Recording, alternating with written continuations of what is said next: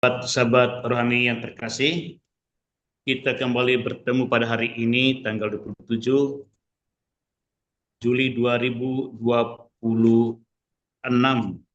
Adapun sabda Allah yang akan diperdengarkan kepada kita pada hari ini diambil dari Injil Matius bab 13 ayat 31 sampai dengan 35. Marilah kita mendengarkan bersama-sama. Sekali peristiwa, Yesus membentangkan perumpamaan ini. Hal kerajaan surga itu seumpama biji sesawi yang diambil dan ditaburkan orang di ladangnya. Memang biji itu yang paling kecil di antara segala jenis benih. Tetapi apabila sudah tumbuh, sesawi itu lebih besar daripada sayuran lain. Bahkan menjadi pohon sehingga burung-burung di udara datang bersarang di cabang-cabangnya. Dan Yesus menceritakan perumpamaan lain lagi. Hal kerajaan surga itu seumpama ragi yang diambil seorang wanita dan diadukan ke dalam tepung terigu 3 sukat sampai seluruhnya beragi.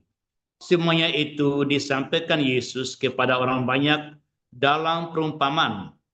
Dan ia tidak menyampaikan apapun kepada mereka kecuali dengan pewartaan, perumpamaan. Dengan demikian digenapilah sabda Nabi. Aku mau membuka mulutku, mengatakan perumpamaan. Aku mau mengucapkan hal yang tersembunyi sejak dunia dijadikan. Demikianlah sabda Tuhan, terpujilah Kristus. Sahabat-sahabat orang yang terkasih, tema utama pewartaan Tuhan kita Yesus Kristus adalah kerajaan Allah. Dan itu disampaikan, dijelaskan dalam berbagai perumpamaan. Sebagaimana Injil kemarin juga tentang kerajaan Allah dalam perumpamaan, dan pada hari ini juga kembali dua perumpamaan dihadirkan untuk memahami kerajaan Allah. Apa itu kerajaan Allah? Boleh dirumuskan kerajaan Allah adalah Allah yang meraja dalam hati setiap individu dan umat manusia di dunia, sehingga pikiran, perasaan, tindakan manusia dibentuk oleh pikiran, perasaan, dan tindakan dari Allah. Apabila ini dilakukan, maka terciptalah keamanan dan kenyamanan dalam kehidupan ini, sebab akan menghasilkan kehidupan damai, persatuan, keadilan, rasa tanggung jawab, kebenaran, dan kejujuran hidup. Pada hari ini Tuhan kita Yesus Kristus menyampaikan, inilah kerajaan Allah yang diungkapkan di dalam dua perumpamaan tadi. Pertama tentang biji sesawi, namun kali ini saya ingin menggeser perumpamaan ini ke dalam konteks daerah kita, daerah Katulistiwa, tanpa menghilangkan makna yang disampaikan oleh Yesus di dalam perumpamaan tadi. Bagi saya, perumpamaan tadi dapat diterjemahkan demikian. Kerajaan Allah itu laksana biji dari pohon beringin. Pohon beringin, bijinya itu hanya 1-2 mm. Sedangkan ketumbar itu 3-5 mm. Biji beringin lebih kecil daripada ketumbar.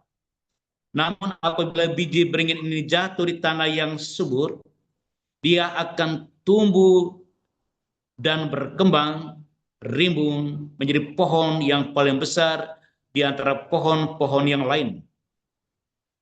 Sehingga burung-burung dapat bersarang di sana, dan biji-bijiannya dikonsumsi oleh burung-burung.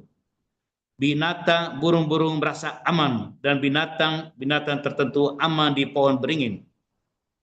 Pohon beringin dapat berusia 200 sampai dengan 500 tahun karena ia memiliki banyak akar sehingga dia terus berkembang dan terus berkembang dan terus berkembang. Inilah kerajaan Allah.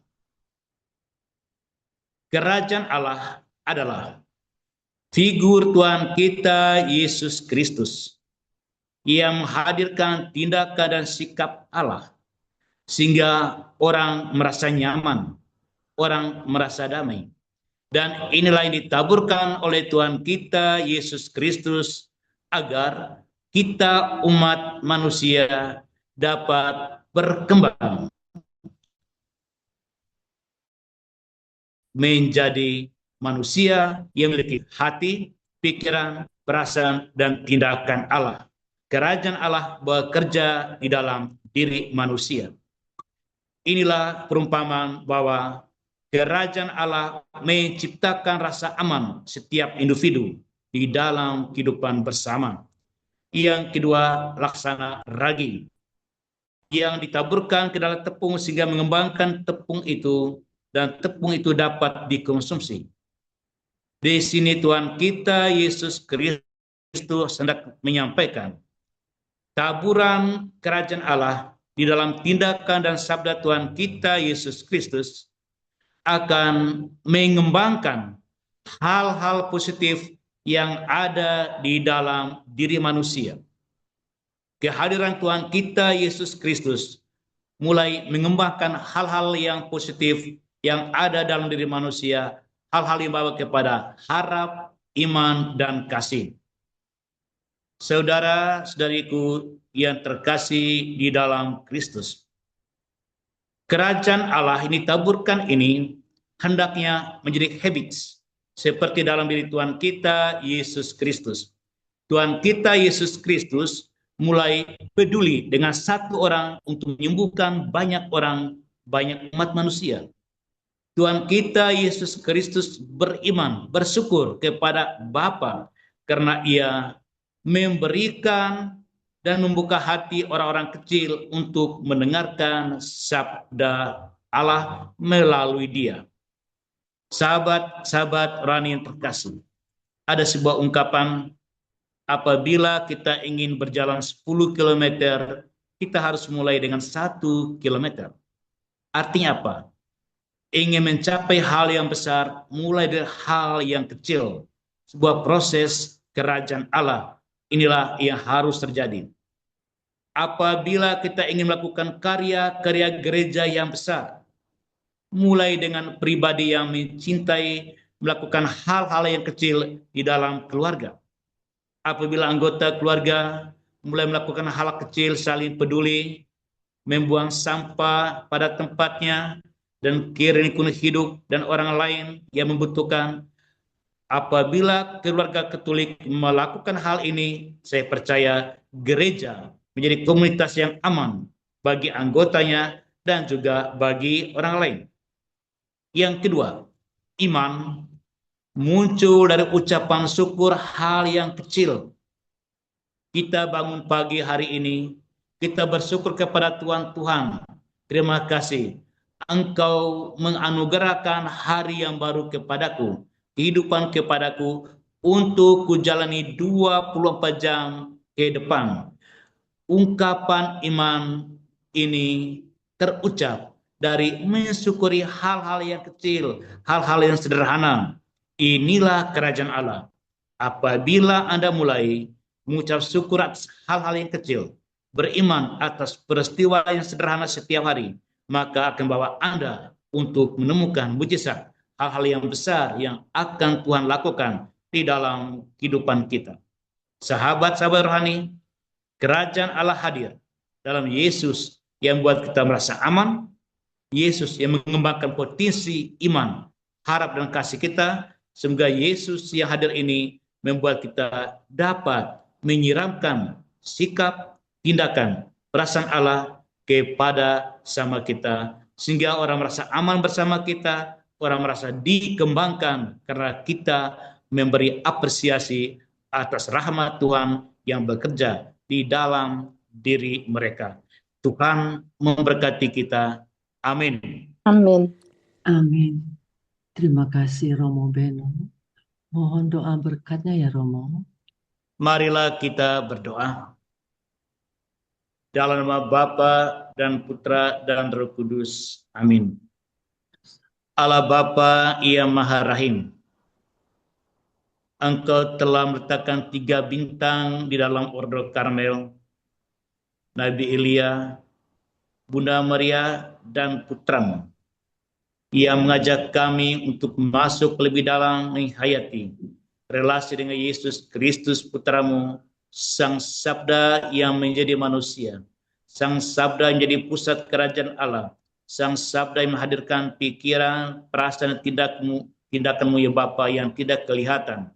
Oleh karena itu ya Tuhan, semoga apa yang ditaburkan Yesus di dalam sabda dan sikapnya sederhana menjadikan gerejamu, komunitas gerejamu, dalam keluarga, kehidupan religius, lingkungan, stasi, dan paroki jadi tempat yang aman bagi kami, tempat kami mengembangkan iman, harap, dan kasih, sehingga seluruh potensi positif yang ada di dalam diri kami, di dalam keluarga kami, di dalam komunitas kami dikembangkan bagi kehadiran kerajaan Allah yang Engkau rindukan terjadi di dunia ini, yaitu kedamaian, persatuan, keadilan, kebenaran, kejujuran, insan-insan yang dipanggil bertanggung jawab atas seluruh persoalan manusia dan terlibat untuk menyelesaikan dari hal-hal yang kecil di dalam rumah, komunitas, lingkungan kami, dan akhirnya bagi seluruh umat manusia.